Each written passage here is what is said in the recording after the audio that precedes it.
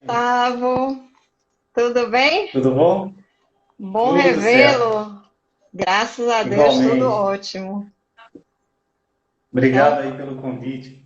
eu que agradeço sua disponibilidade, seu interesse em discutir essa temática que é muito interessante e que nós realmente precisamos trazer, né, para o diálogo. Pensar em currículos melhores, pensar na educação das nossas crianças, pensar numa educação adequada ao perfil das nossas crianças de hoje, que serão os adultos do futuro, né?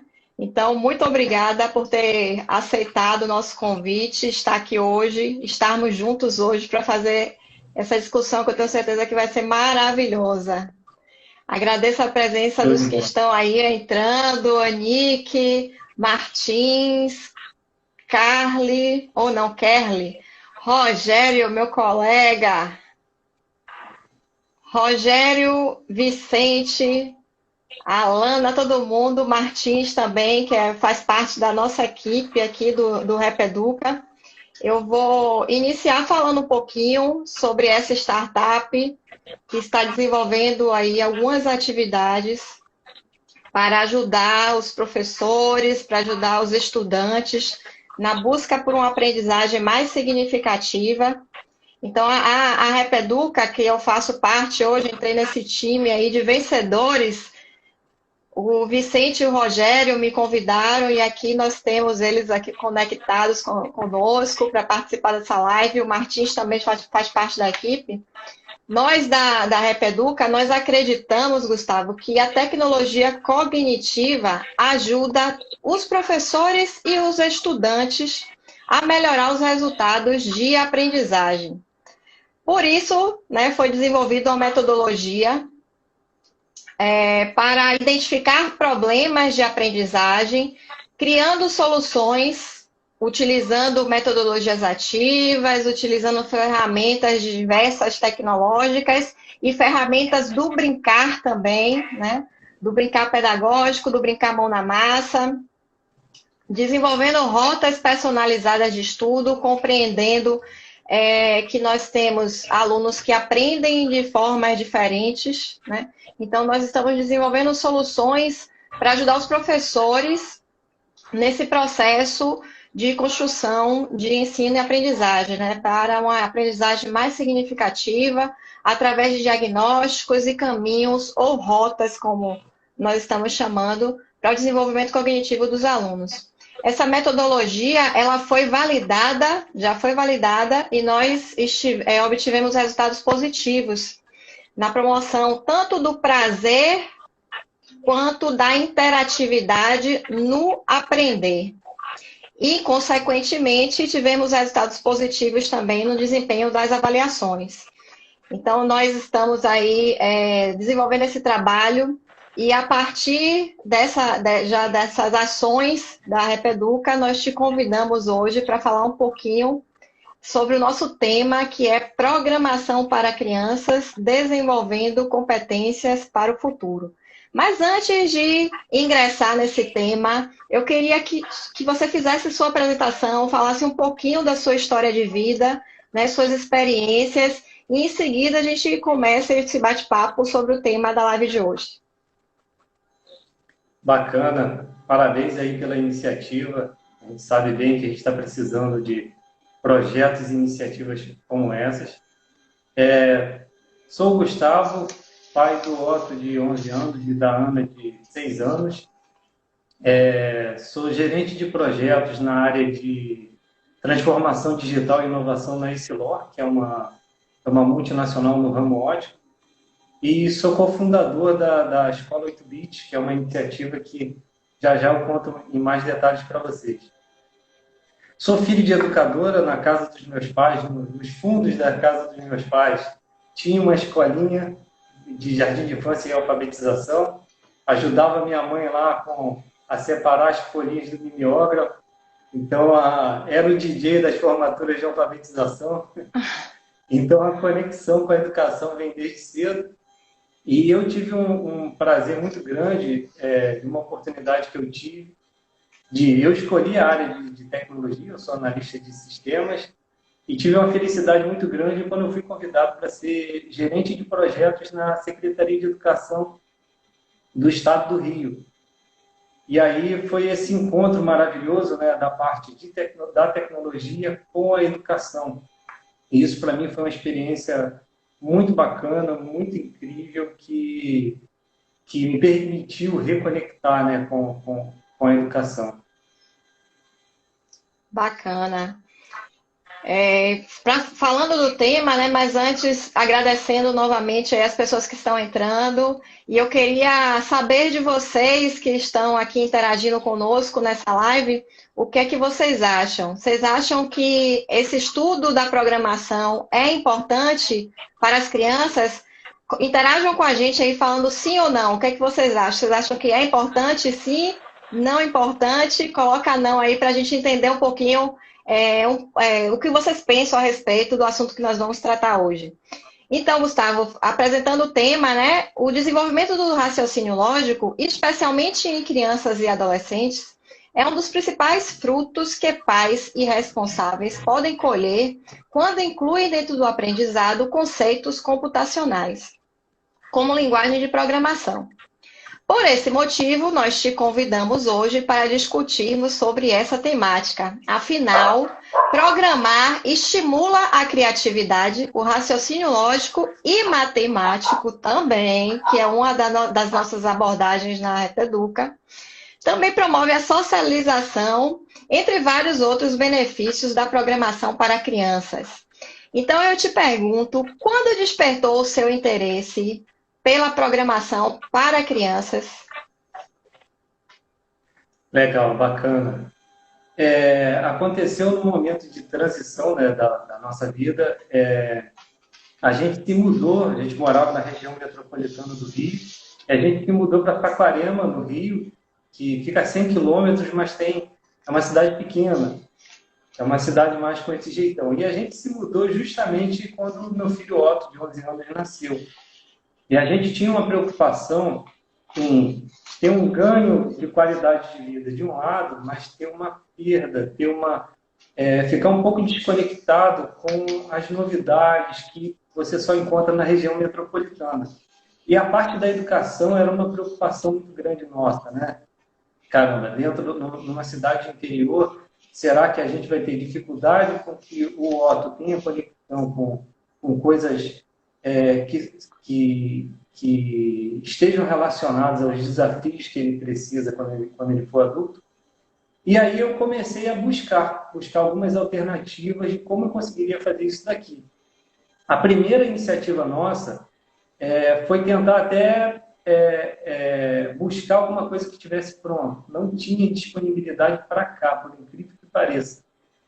E aí o que eu fiz? Eu aprendi robótica para poder ensinar meu filho robótica. E ele amou, ele gostou demais, mas curiosamente o pai acho que gostou mais ainda do que ele, né? E o que aconteceu? Os resultados, a transformação que aconteceu com o Otto em várias questões foi tão positiva, aquilo cresceu de uma forma tão positiva, que eu falei com minha esposa, isso não pode se limitar ao que a gente tem aqui, a gente precisa levar isso para outras pessoas. Se a gente está aqui na nossa cidade sem ter acesso a esse tipo de conhecimento, quantos outros aqui na nossa cidade ou em várias outras cidades que não são região metropolitana não têm essa dificuldade?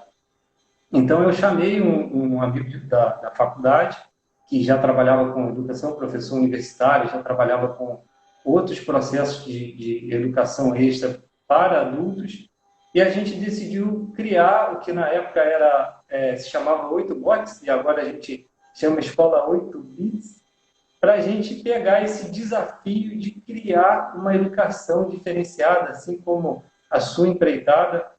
A nossa foi de tentar criar uma educação diferenciada que conseguisse conectar esse mundo tecnológico de inovação, de tudo que a gente conhece, com a parte da educação. E a gente saiu nessa empreitada. Para você ter uma ideia, professora Lina, na época a gente tentou até abrir uma franquia aqui. A maioria das franquias que tinham alguma coisa relacionada a isso só tinha abertura para regiões metropolitanas. Então, a gente enxergou também uma oportunidade de criar algo e exponencializar, levar isso para outras regiões. Né?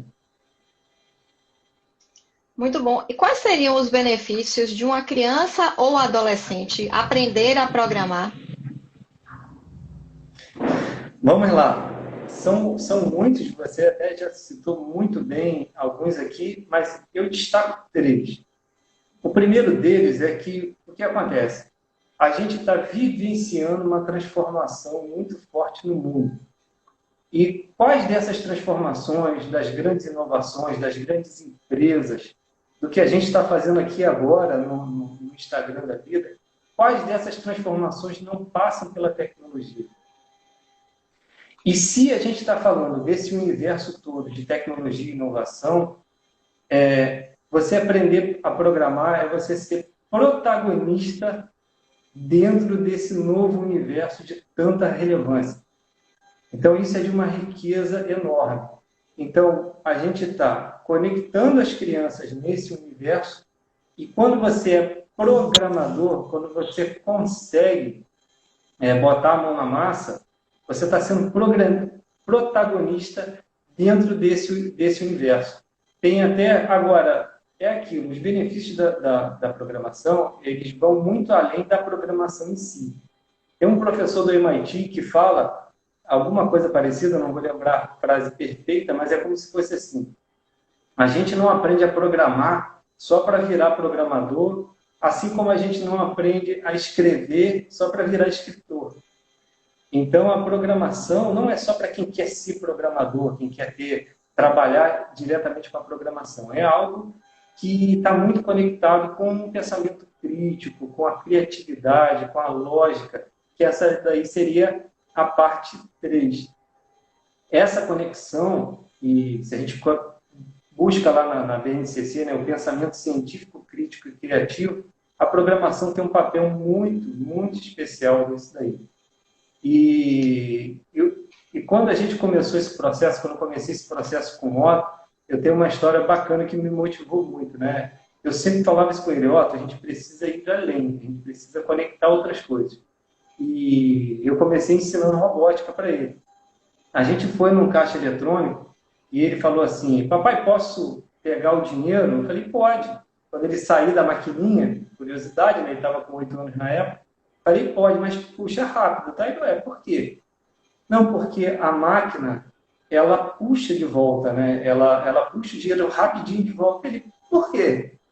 Eu falei, não, porque se a pessoa esquecer de puxar, ela pode ir embora e deixar o dinheiro ali e outra pessoa pegar. Aí ele falou assim, mas a máquina poderia ter um sensor de presença que só depois que a pessoa se afastasse que ele recolhia o dinheiro. Enquanto você está ali, ele deixava o dinheiro ali.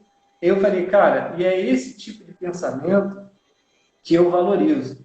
É você começar a olhar para o mundo, como ele funciona, e começar a entender, a buscar alternativas, a fazer conexões com as pequenas coisas que você está vendo ali, com essa conexão com o mundo real.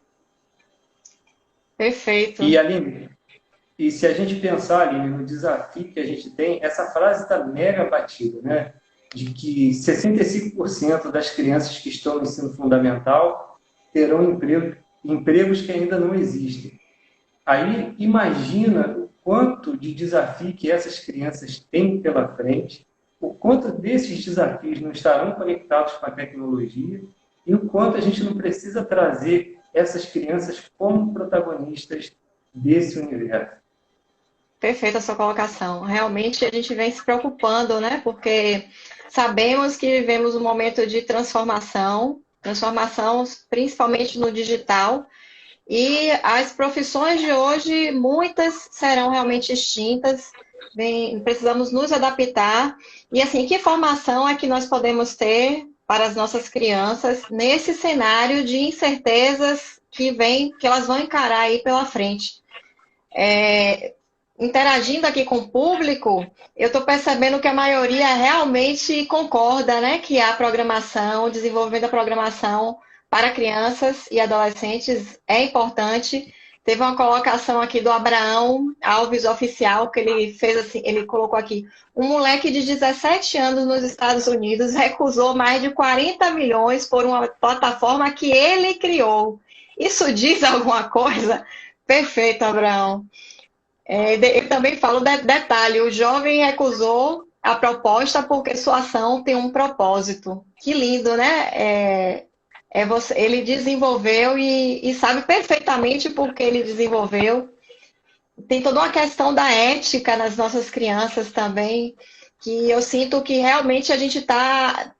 Parece que nós estamos conseguindo trazer esses aspectos éticos para as nossas crianças de hoje, a importância deles, né? Dos valores humanos para nossas crianças de hoje. A Fabiola, não, Monique, o Otto Boy, questionamento é sempre importante. Vamos questionar, né, não, Otto? Vamos questionar os nossos pais, os nossos professores, os nossos pares, os nossos colegas de trabalho também, para pensarmos em soluções, né, para tentarmos aí fazer uma diferença na formação dessas crianças para o futuro. E aí eu te pergunto também, Gustavo, aproveitando a nossa abordagem aqui, as linguagens de programação são as mesmas as mesmas que são utilizadas para crianças são as utilizadas para os adultos ou tem toda uma abordagem diferenciada para as crianças? Porque às vezes a gente tem receio, né? Eu lembro que eu coordenava o curso de administração e eu coloquei como uma disciplina optativa a linguagem de programação no sentido assim de desenvolver, para que os gestores soubessem desenvolver um aplicativo, alguma coisa bem prática para a área de gestão e não aprofundando muito, né? Enfim, mas eles acharam difícil e eles tiveram uma certa resistência naquele momento para cursar a disciplina. Aí eu me questionei enquanto coordenadora, será que a metodologia, a didática foi adequada, né, para os alunos de administração entenderem um pouquinho desse universo? E aí eu te pergunto também, em relação às crianças, se existe um tratamento diferenciado, digamos assim. O que você falou no início é uma grande verdade. Foi curioso que eu tive eu estava debatendo esse tema com um professor de uma escola técnica, né, da área de robótica. E o que acontece? A gente tem que tomar um cuidado muito grande de não criar um item aterrorizador, né? Porque a hora que a gente abre um código e olha aquilo ali, a gente fica aterrorizado. Se a gente olha aquele monte de código, aquele monte de linha, aquele monte de coisa. E, historicamente, a área de tecnologia tem aquela coisa das pessoas que fazem parte, os programadores, eles têm um pouco de pompa, né? De se sentir assim, um pouco magos, aquela coisa toda. Então, tem uma cultura em relação a isso. Quando eu fiz faculdade, meus primeiros 6 meses do primeiro contato com a programação foram no papel. A gente não via nem computador. Programar no papel, fazer uma abstração total. E a gente tinha um professor que eu amava, mas a maioria das pessoas odiava, que ele tinha um perfil meio terrorista mesmo. Ele já entrava em sala de aula gritando: desenvolver um algoritmo para efetuar a ordenação de um vetor de números inteiros e blá, blá, blá, blá, blá. O pessoal quase infartava tudo no papel. Então, a gente tem que ter um cuidado muito grande, principalmente com as crianças que têm o primeiro contato com a linguagem de programação. E hoje a gente tem recursos bem interessantes para fazer essa primeira abordagem. Quando a gente iniciou as atividades lá da Weblit, a gente reunia crianças no Espaço Maker, lá em Niterói, e a gente tinha um primeiro contato num evento de 1h30 em alguns eventos e outros de 3 horas de pegar crianças que nunca tinham visto uma linguagem de programação pela frente. E a gente tem linguagens hoje muito amigáveis e uma forma de introduzir as crianças nessa linguagem muito mais suave, muito mais leve. Hoje a gente tem o que a gente chama da programação em blocos. É uma programação toda visual que você arrasta os bloquinhos e você vai criando uma lógica. Então, essa primeira abordagem da criança sentir o seguinte: eu sou capaz, eu faço acontecer aqui. E fazer acontecer um game, fazer acontecer num robô, isso é muito importante. Aí você quebra a barreira. A criança, primeiro de tudo, fala, eu sou capaz, eu consigo fazer. Daqui para frente é comigo. Eu não tenho mais o medo foi quebrado. E algumas linguagens, como Scratch, que foi criado pelo MIT, algumas derivações do Scratch. Se a gente fala de games, a gente tem um Construct. São todas linguagens mais amigáveis, mas que ainda assim exploram muito bem a lógica e todos os benefícios que a gente falou. Esquece aquela coisa de vir com, não, tem que ser programador raiz, e isso e aquilo, começar hard, hacker, tá fora. Tudo a seu tempo. Como a gente disse, a gente não quer só formar programadores, a gente quer formar pensadores críticos. Então, a gente tem que ter, sim, uma forma adequada e tem linguagens muito boas para fazer essa primeira introdução. Que bom, que bom. Nas escolas, fala-se muito sobre robótica, né? O mundo da robótica. Esse seria o ponto de partida para as crianças aprenderem a programar? A robótica, se ela for bem aplicada, ela é sim uma excelente primeira conexão com o processo de programação. E eu acredito tanto nisso que, para mim, na primeira disciplina de programação da universidade, você tinha que ter um Arduino. Tinha que ter na mão essa loucura que a gente tem. Porque o que acontece? A robótica ela tem uma questão fantástica, que é a conexão do mundo abstrato, né, da necessidade de abstrair que você tem para poder programar, com a parte física. Então, a hora que você cria um programa, roda ele, carrega dentro de uma parte física, de um Arduino, de um Lego para a robótica, e assim vai, e você vê aquilo funcionando no mundo físico. Aquilo é um estalo, aquilo tem um poder assim, fantástico. Então, a robótica ela é um fator muito forte. É uma primeira conexão muito, muito forte. Você programa com pouquíssimo código, você programa, por exemplo, um LED para piscar. Cara, para as crianças é uma coisa fantástica, porque aconteceu, está ali na mão. Para criança e para adulto também. Então, isso é muito bacana. E a robótica, ela tem um outro ponto muito forte, que é a parte da cultura maker. E aí, o que acontece? Nossas crianças, infelizmente, estão perdendo um pouco o interesse em como que as coisas ao redor funcionam. Então, elas têm hoje tanta distração interessante para eles, seja um game, é um celular, é mensagem, que elas estão perdendo um pouco essa visão do universo, de meter a mão na massa para fazer alguma coisa acontecer. E a robótica tem uma parte muito forte nisso. Tem outra história bem curiosa do Otto e dos alunos que a gente teve. A primeira vez que o Otto fez um carro autônomo, um robô segue-faixa, ele foi super bem na programação, fiquei mega empolgado, a gente foi para a sala, eu falei, vamos fazer um circuito com a fita isolante. Você passa uma fita, cria um circuito e o robô só anda naquela fita. A programação dele eu já tinha visto, estava toda certinha, eu já ia esticando a fita. Aí falei, Otto, estica você, pega a fita isolante. Aí eu saí, voltei, a fita estava toda embolada, o Otto todo enrolado com aquilo. E aí que eu me dei conta da falta de jeito. Uma coisa que para mim era muito natural. Eu, quando era criança, não tinha essas coisas. O que eu fazia? Eu mexia nas coisas, né? Ficava tentando mexer nas coisas. As crianças hoje, elas não têm essa conexão tão forte. Então, uma outra parte que a gente viu muito forte foi a gente conectar os projetos de robótica com essa parte da cultura maker. Lá nos alunos era bem curioso, eles não tinha aluno que não sabia o que era uma porca de parafuso, não sabia muito menos para que lado aberto e para que lado afrouxa.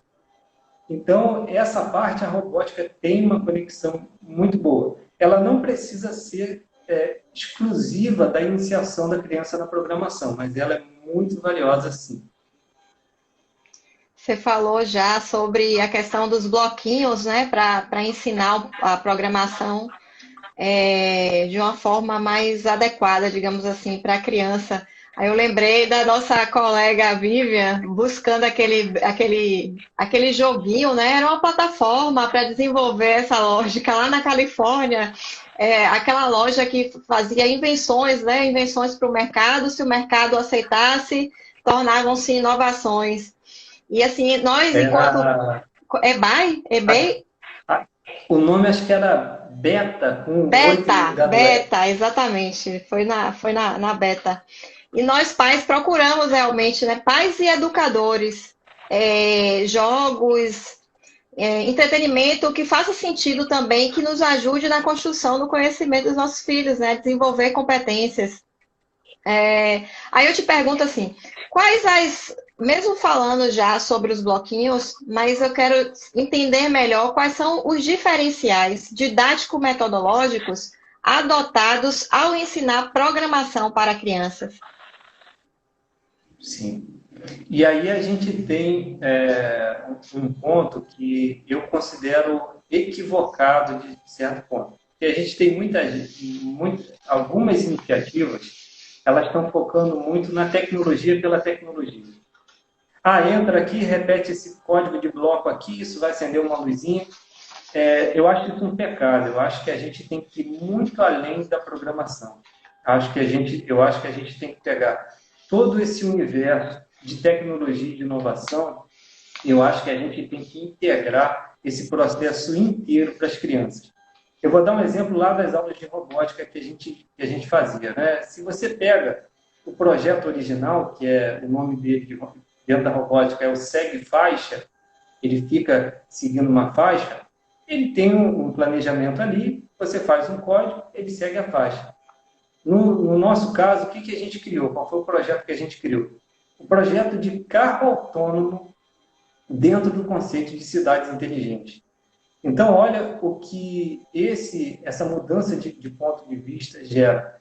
Quando a gente trouxe o carro autônomo, e o que eles estão fazendo ali, de fato, é uma miniatura de carro autônomo simplificado, mas tão consistente quanto o que a gente viu lá no Vale. No Vale. Exato. Olha a conexão. Então, o que a gente aproveitava? A gente aproveitava para debater questões éticas. E o carro autônomo? Que tipo de autonomia ele tem em relação à tomada de decisões? A mudança na vida das pessoas, a mudança no meio ambiente, a mudança no trânsito, a mudança para os estacionamentos. Então, a gente trazia um contexto muito mais amplo. E a gente teve uma coisa curiosa que deixou a gente muito feliz. A gente introduziu essa abordagem, todas as aulas tinham que ter esse tipo de abordagem, esse tipo de conexão, e a gente imaginou que as crianças fossem achar péssimo, que eles fossem querer voltar para o computador, fossem querer mexer no robozinho, e para nossa surpresa, né, e foi uma felicidade, a gente, quando fazia um intervalo, fazia uma roda com os alunos, a gente discutia todos esses pontos e eles ficavam num interesse assim, muito forte em discutir aquilo, em ver as possibilidades que tinha. Eles ficaram super curiosos, né, em ver que tinha uma pessoa cega que andava no carro sozinho, no impacto que aquilo ali poderia ter em várias questões, e eles discutiam, tinha volante, aí uma perguntava, para que volante se o carro é autônomo? E tinha toda essa tratativa. E eles adoravam debater esses pontos, discutir, entender, e às vezes a gente subestima as crianças, porque o debate que eles conseguiam elaborar era riquíssimo, às vezes a gente não imagina que eles cheguem lá, né? E eles, surpreendendo a gente, eles se amarraram, gostaram muito daquele debate, da parte teórica, das outras conexões. Então, Aline, uma coisa, a gente adota alguns conceitos bem fortes para a criação de qualquer projeto. Primeiro de tudo, tem que ser um projeto de relevância tecnológica, inovadora e de alto interesse para os alunos. Então, a gente tem esses 3 primeiros pontos para que os alunos possam se interessar, se engajar, se envolver em algo que esteja conectado com uma realidade desafiadora de tecnologia e de inovação. A partir daquele ponto, a gente transforma, traz as tecnologias, questões de programação, peças de robótica, seja um item de game que precise, e a partir dali a gente observa todas as oportunidades que a gente tem de fazer essas conexões com o mundo e principalmente com a parte de educação. Então, para cada projeto, a gente identifica. Esse projeto aqui traz aberturas de conexão com a BNCC, por exemplo, em quais pontos? E isso é muito rico. Eu acho que a gente tem que explorar esse ponto, acho que a gente tem que ir além. Programação, sim, como um ponto de partida, mas a gente ir além dessa parte da programação. Você falou três coisas que, aliás, de tudo que você falou, três coisas me chamaram muita atenção, que é a questão da gente, às vezes, subestimar, né, subestimar a criança, a questão do fazer sentido, você aprender com realidades do cotidiano, você traz uma aprendizagem com significado, né? Ele vai entender que aquilo que ele está desenvolvendo é algo que acontece, que é real e que ele pode fazer toda uma análise. E a terceira questão é essa análise interdisciplinar, é verificar vários cenários, né? Não ter um foco apenas, não ter um olhar apenas, digamos assim, só o olhar da programação, mas o olhar da programação dentro de outros ambientes, passando por outras, inclusive, outros conteúdos curriculares também. Não tratar de forma isolada. Isso, para mim, é muito importante, porque a gente sabe, já estudando a aprendizagem, a gente sabe que criar significado faz com que a criança aprenda mais. Ou seja, se eu trabalho com um carrinho autônomo, que ele percebe que aquilo pode ser usado de fato, já é utilizado em alguns lugares, que ele pode desenvolver, falar de semáforo, de tráfego das pessoas, de locomoção, dos deficientes, falar da questão dos deficientes também, ter um olhar mais inclusivo em relação aos problemas, enfim. Fazer todas essas conexões traz uma aprendizagem mais significativa. E essa questão de subestimar, né? A gente às vezes realmente subestima, e não só as crianças. Eu sou professora também de ensino superior, e às vezes eu vejo muitos professores subestimando o potencial dos alunos. Acham que eles não são capazes de desenvolver tal projeto, enfim. E aí, quando a gente lança o desafio, nós nos surpreendemos com as respostas, né? Com o resultado positivo. Então, são coisas que a gente precisa realmente cuidar. Não subestimar, né? Nós não sabemos, as pessoas são capazes, todos nós somos capazes. Então, não podemos subestimar o outro, a força, a vontade do outro em realizar. E criar significado nesse processo de aprendizagem também eu considero muito importante, bem como trabalhar com a visão mais sistêmica, né? Mais interdisciplinar, trazendo outros componentes aí para tratarmos de determinado assunto. Vou ver se temos alguma pergunta aqui. O método dos blocos é uma adaptação para crianças, perfeito, diz Otto aqui. Muita gente legal interagindo com a gente. Now United de Bahia, as meninas lá, Eden, Henrico, Luci Marques. Gente, muito obrigada, Carol, pela participação de vocês aí. E vamos continuando nosso bate-papo. Se vocês quiserem fazer perguntas, é só passar aí, que nós estamos aqui também tentando responder dentro do possível. Mãe que Coruja colocou aqui, sim, a capacidade está lá, só precisa ser encorajada desde sempre, verdade. E nossas crianças, elas são super criativas, né? Porque elas ainda não foram tão moldadas como nós adultos vamos sendo moldados pela sociedade, né? Então, a gente tem que explorar realmente, elas são capazes de desenvolver projetos e nós, enquanto educadores, enquanto pessoas que estão pensando em soluções para a educação, precisamos trabalhar com desafios sem medo, né? Porque as crianças, elas vão arriscar e a cultura do errar também faz parte do processo de aprendizagem. Foi uma das coisas que a gente aprendeu muito numa imersão que nós fizemos lá no Vale do Silício, né? A cultura do errar. Permitir-se errar, mas fazer. Não, não ter medo do erro e não fazer porque temos medo do erro. Serve para qualquer idade? A Nick está perguntando se serve para qualquer idade. Qual seria a idade ideal para iniciar esse estudo, né, da linguagem de programação? Tem algumas abordagens eles fazem antes alguma coisa mais lúdica para crianças mais novas. A gente colocou a partir de uma criança alfabetizada para ela já estar num nível de conseguir ler o comando e conseguir colocar aquele comando que ela entende. Ela entender a leitura daquele código. Tem, claro, né, algumas abordagens, como eu falei, para crianças mais novas, mas não foi o nosso foco. O nosso foco foi a partir de crianças que já estejam alfabetizadas. Quando a gente fez os eventos, a gente tinha um limite ali de 8 anos. Mas alguns pais pediram para crianças de 7 anos, não, ela já sabe ler, deixa. E algumas foram super bem também, super bem.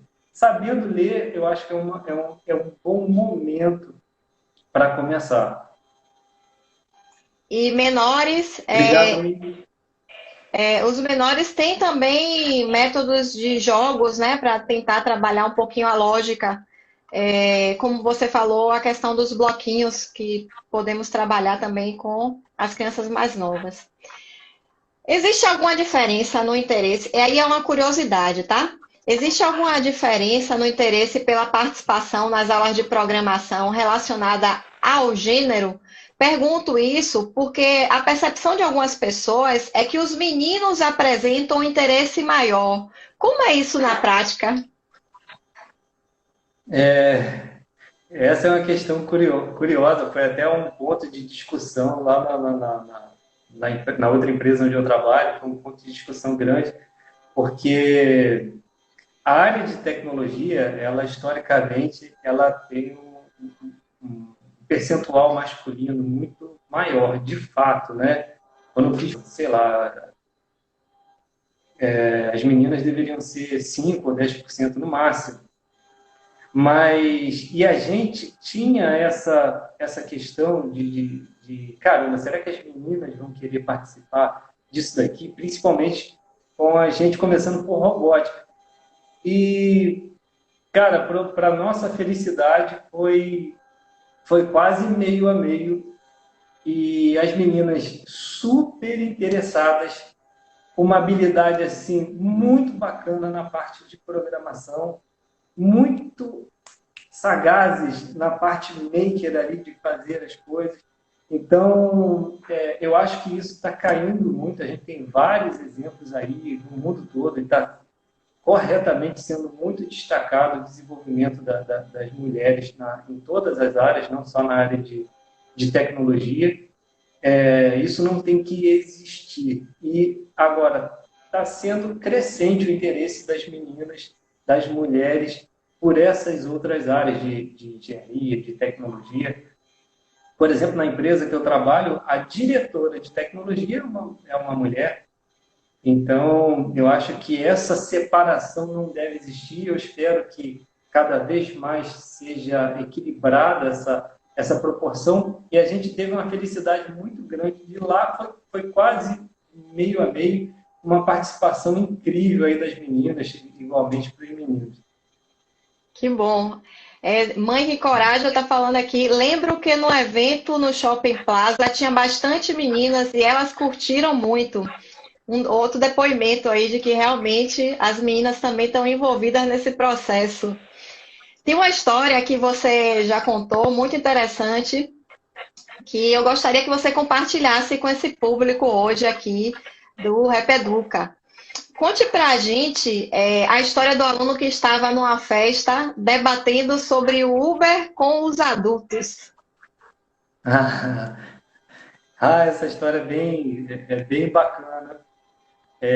Lá no Espaço Maker que a gente atuava, né, que a gente atuava nos fins de semana, uma mãe, a gente estava já arrumando as coisas, arrumando as peças de robótica, uma mãe falou, posso ficar aqui para ter uma conversa com vocês? Eu falei, claro, a gente foi arrumando, ela sentou até numa mesa mesmo assim, Ela falou, preciso compartilhar uma coisa com vocês. Eu estava numa festa de família e meu filho é um pouco introspectivo, ele não é tão falador assim. Eu estou vendo ele no meio de uma roda de adultos e ele falando, gesticulando, e num debate. Eu fui saber do que se tratava e ele estava ali falando dos impactos dos carros autônomos na vida das pessoas, na Uber, e que a Uber estava investindo em carros autônomos porque o maior custo da Uber hoje são os motoristas. Então, no futuro, a tendência era que a Uber não tivesse motoristas pessoas, tivesse carros autônomos e que isso ia ter um impacto imenso nos empregos e não sei o quê. E depois estavam falando dos carros elétricos, que os carros elétricos hoje teriam um problema de demanda de energia, mas que a Tesla criou uma telha para as casas, para que enquanto as pessoas estão dormindo, o carro está carregando. E ela falou, caramba, o que foi isso? Eu não sabia que ele estava vendo esse tipo de coisa aqui, né? Eu achei que fosse robótica, game. E esse é o poder dessa conexão que a gente estava falando aqui, né? Você ir além e de não subestimar as crianças. Isso foi assim uma conexão muito rica, muito bacana, e essa mãe identificou essa parte, né? Muito forte. Ela falou, cara, o que vocês estão fazendo aqui é incrível, está indo muito além do que eu esperava. Para mim era um cursinho, né? E foi muito bacana mesmo ver, e várias outras crianças nos chamavam para debater esse tipo de coisa, para conversar, sempre que encontrava com a gente, trazia às vezes alguma novidade, e eu acho que essa é a riqueza do processo, de você mudar esse ponto de vista. Verdade. Hoje nós estamos vivendo um cenário de transformação na educação também, por conta de um vírus, né, que fez com que nós ficássemos em casa. E as escolas estão enfrentando o desafio da utilização da tecnologia e inovação no contexto da educação. Uma educação remota, né, que foi colocada assim, teve que ser colocada em prática de uma hora para outra, sem uma preparação, enfim. Eu queria que você comentasse, fizesse uma leitura sobre qual a maior dor das escolas diante desse momento que nós estamos vivendo hoje. Foi para quem trabalha na área de educação fortemente, igual a vocês, eu estive na Secretaria de Educação por um tempo e pude acompanhar. Eu acho que todos citam a necessidade da educação acompanhar as transformações que a gente tem, né? E que a educação se mantém ali, tem todas as brincadeiras, inclusive, né? O que mudou no mundo, tal, um consultório, isso, aquilo, a sala de aula continua igual de tanto tempo, uma brincadeira que eles fazem até bem batida. E de uma hora para outra, as escolas se viram com a necessidade muito forte de se reinventar. E, Aline, minha leitura é que não existe uma transformação tão agressiva como a causa, com estopim, com gatilho externo, ela ser feita de uma forma tranquila. Eu acho que esse vai ter um gatilho para a gente se transformar, para a gente transformar muita coisa, mas eu acho que agora, embora a gente esteja vendo alguns grandes heróis professores aí se redescobrindo, se reinventando e cobrindo muito bem, a gente vê também que tem muita coisa errada. A gente vê também que a gente tem processos errados, situações erradas, essa falha toda, né? E quando a gente fala desse... E a gente vivenciou um pouco dessa dor que as escolas estão vendo hoje, né? Eu lembro lá no Vale de ter perguntado numa roda assim, que a gente estava lá com os professores, empreendedores da área de educação reunidos, eu perguntei assim, se a escola não fosse obrigatória, o que levaria os alunos para a escola? E a resposta foi assim, eu acho que eles não iriam. Meu Deus, Que coisa triste, né? Não pode. Então, eu acho que esse momento é mais de dor do que de soluções definitivas. Eu acho que a solução para realmente resolver, para realmente resgatar o papel da escola em tudo isso que a gente está falando, eu acho que vai ter que sair não numa situação emergencial de desespero, de caos, né? Eu acho que vai ter que partir das escolas, dos professores, dos pais, os pais que agora estão sendo educadores, eu tenho dois aqui em casa, a mãe que encoraja aí, que é a minha esposa, está louca aí com o tanto de coisa que tem para aplicar. Eu acho que a gente tem um desafio muito grande. A gente vivenciou um pouco da dor das escolas quando a gente fala dessa parte de tecnologia e inovação. Algumas escolas nos procuraram na época e tinha escola que simplesmente não estava fazendo nada relacionado a isso. Tinha escola que a resposta dela era o seguinte: contratava uma pessoa de eletrônica ou de robótica, botava lá e aquela pessoa era responsável por todo o processo de aprendizagem de robótica. A escola, às vezes, não sabia nem o que esse professor estava fazendo. Olha que perigo, que é o que eu falo do desespero. A BNCC trouxe a cultura digital inserida e as escolas começaram a entrar em desespero e a não fazer um processo da melhor forma possível. E muitas escolas, teve escola que ligou e falou: eu preciso de ajuda porque eu tinha uma pessoa contratada aqui, ela foi embora, foi contratada agora, foi embora e eu não sei nada, só tem as peças lá. Olha que situação, né? Imagina a situação dentro da escola. Esse não é um processo comprometido com um processo de aprendizagem. Não sei se eu respondi corretamente a sua pergunta. Sim, sim. Eu também vivenciei isso aqui, né? Escolas que tentaram se adequar, mas trazendo o contexto da robótica, mas com todo esse desafio de, primeiro, encontrar profissionais qualificados para trabalhar com robótica na linguagem das crianças, né? E segundo, essa questão também de infraestrutura, de tecnologia, enfim, são vários desafios. Tem alguns comentários aqui que eu quero ler. A mudança de Paula. A mudança reativa é sempre mais dolorida que uma mudança que ocorre de forma planejada. Exatamente, Paula, é o que nós estamos vivendo, né? Minha filha, Paula também, minha filha Sofia, com 8 anos, teve a oportunidade de participar de um evento com Swift e também na Bienal do Livro com Power BI e gostou muito, ela falando da experiência da filha, né, com essa realidade aí. Então Pode falar. Aí você imagina, né, de uma criança ter um contato com Power BI com 8 anos, a não ser que seja outra ferramenta, o Power BI que eu conheço é uma ferramenta de BI para geração de relatórios, de dashboards e tudo mais, e uma criança se sentir empoderada em atuar naquilo ali.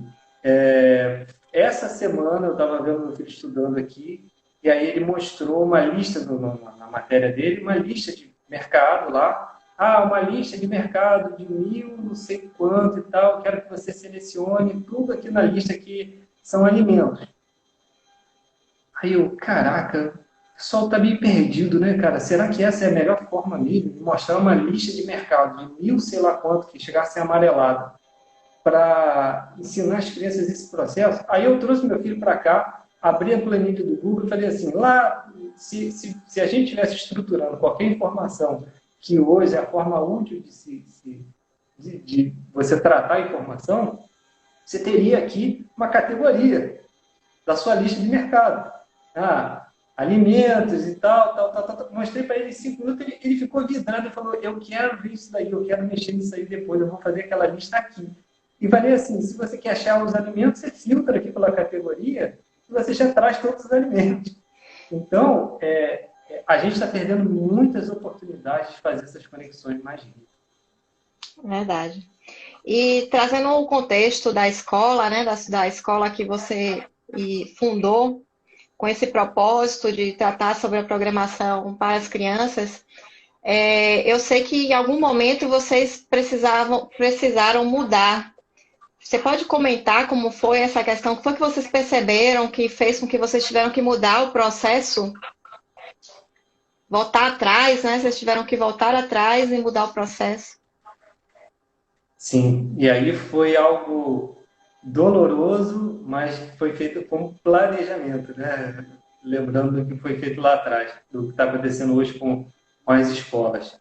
A gente estava super bem lá, gerando resultados riquíssimos, igual a gente trouxe aqui, mas um amigo que apoiava o projeto e que hoje faz parte do time do projeto, ele fez uma provocação, porque a gente estava assim, tentando ao máximo, porque o objetivo era pegar aquela coisa que aconteceu e foi fantástica e levar para mais pessoas. Ele falou assim: vocês estão gerando um resultado fantástico e não estão conseguindo transformar esse resultado num resultado exponencial. Como vocês poderiam se reinventar? Ele fez uma provocação mesmo. Como vocês poderiam se reinventar para levar isso para mais pessoas? Porque as escolas estão procurando vocês, os pais estão procurando vocês e depende de vocês estarem lá na sala de aula, naquele momento presencial tradicional. Vocês estão sendo inovadores de um lado e estão deixando de ser inovadores de outro. E ele fez a seguinte pergunta: hoje, qual é o meio principal que as crianças acessam conteúdo? Vídeos. E aí entrou numa outra esfera, e a gente viu bem até com o professor Mota, e é um tema forte aí que você aborda também, que é o poder que a gente tem das metodologias ativas do conceito de sala de aula invertida.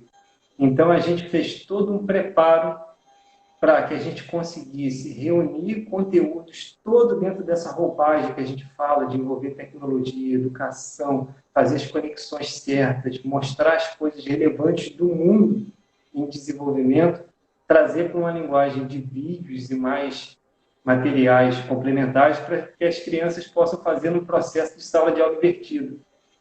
E aí elas têm contato com o conteúdo no momento, para num segundo momento botar a mão na massa. E isso resolve uma dor muito forte das escolas, que a escola não precisa ter lá na ponta a pessoa técnica. Ela tem que ter um educador que está percebendo como que as crianças estão atuando naquele meio, como que estão essas conexões, qual que tem uma dificuldade, qual que tem um potencial. Então, a gente tem que valorizar nas escolas ou em qualquer lugar que esse tipo de conteúdo seja aplicado, a gente tem que valorizar o educador. A parte técnica tem que ficar numa outra esfera. Uma empresa, uma universidade hoje tem dificuldade em ter vários perfis tecnológicos. Imagina se a escola vai ter todos esses perfis, não faz sentido. Então, a gente fez essa reinvenção. Em breve, a gente já fez alguns MVPs fazendo esse tipo de trabalho. Foi um resultado muito bacana e agora sim, a gente precisa exponencializar esse modelo e a gente conseguir levar isso para o máximo de crianças que a gente conseguir. Porque, professora Aline, o caso que eu vivi aqui em Saquarema de não ter acesso, eu gostaria que todos que estão aqui, né, fizessem uma reflexão e pensassem quantas escolas, crianças não têm acesso a essa experiência que a gente viu do Vale, que estão desconectados com esses debates sobre tecnologia, sobre inovação, com esse contato com a oportunidade de explorar o pensamento crítico. Então, não são milhões de crianças que hoje não têm acesso a esse tipo de coisa. E a gente precisa resolver essa dor dessas crianças. A gente precisa democratizar uma educação de qualidade. Tem que ser acessível a todos, tem que ser escalável. E essa foi a nossa maior mudança, a nossa maior provocação que a gente teve. Tem um trabalhão, toda mudança gera impacto, né? A gente podia ficar na zona de conforto, a gente estava fazendo sucesso, estava tudo ótimo, os pais estavam gostando, as crianças estavam gostando, a gente estava bem. Mas esse desafio de democratizar, de exponencializar esse tipo de educação que nos moveu a fazer essa mudança aí radical.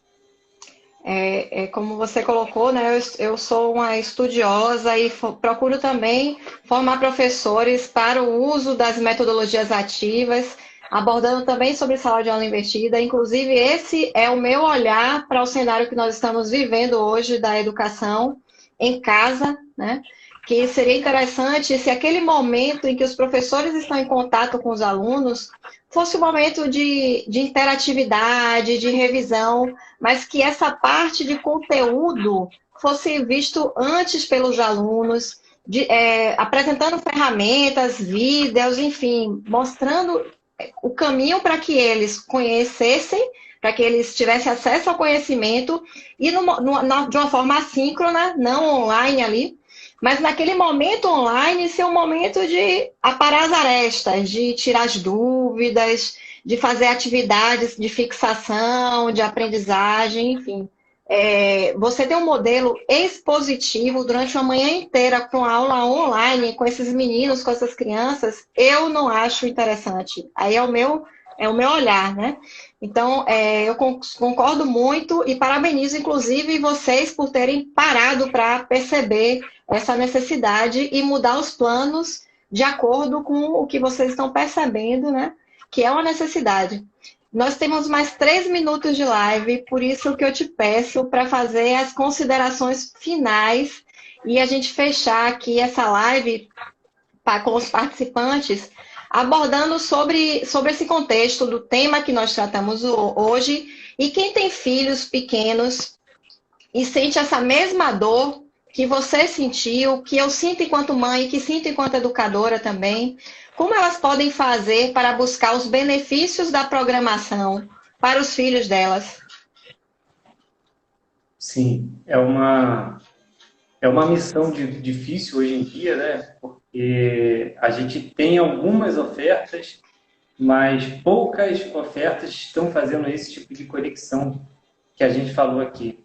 Mas hoje a gente tem o que eu vejo para um primeiro contato com esse tipo de coisa, estimular, e principalmente nesse período de pandemia, né, que as crianças estão em casa e conseguem ter acesso e que tem o auxílio dos pais, eu acho que isso é uma coisa positiva que está mudando, né? Os pais estão sobrecarregados, sim, mas o nível de envolvimento com a educação da criança está mudando muito.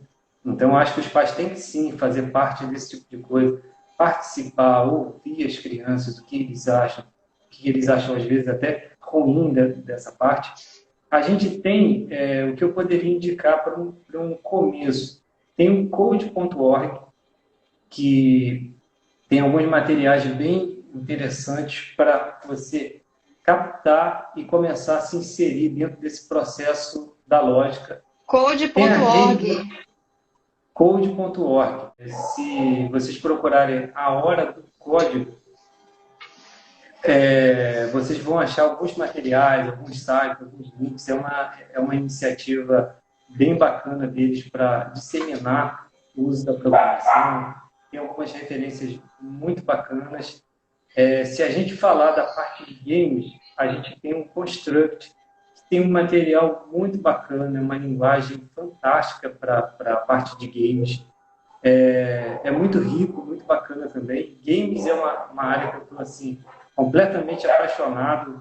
A gente vai lançar um projeto de games dividido em 3 fases com o uso do Construct, fazendo um fangame daquele joguinho do Google, do dinossauro, que aparece quando a gente está sem internet. A gente fez um projeto desse bem bacana dentro desses conceitos todos. E nesse início é importante a inserção. Os pais buscarem algumas alternativas, precisa sim, nesse início, de um pouquinho de contato, pesquisa na internet para achar alguns conteúdos. Um bom começo é o code.org. Rede Brasileira de Aprendizagem Criativa também tem coisas bem interessantes, eles têm uma conexão boa, eles trabalham muito com o Scratch, eles têm até uma conexão boa lá com o pessoal do MIT. Se qualquer pessoa tiver qualquer dúvida, seria um prazer responder qualquer questão. O contato, a gente tem lá a página escola8bit.com.br, lá tem todos os contatos do Instagram, do Facebook, do contato de telefone. Tem lá o contato, tem um e-mail, o e-mail é 8bits@escola8bits.com.br.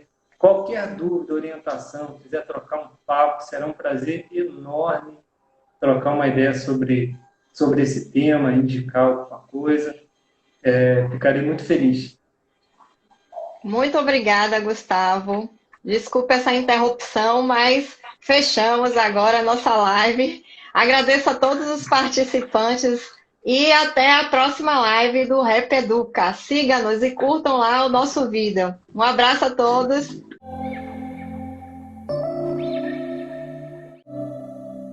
September we met, I could tell by your smile. You hadn't been with a good girl like me in a while. Yeah.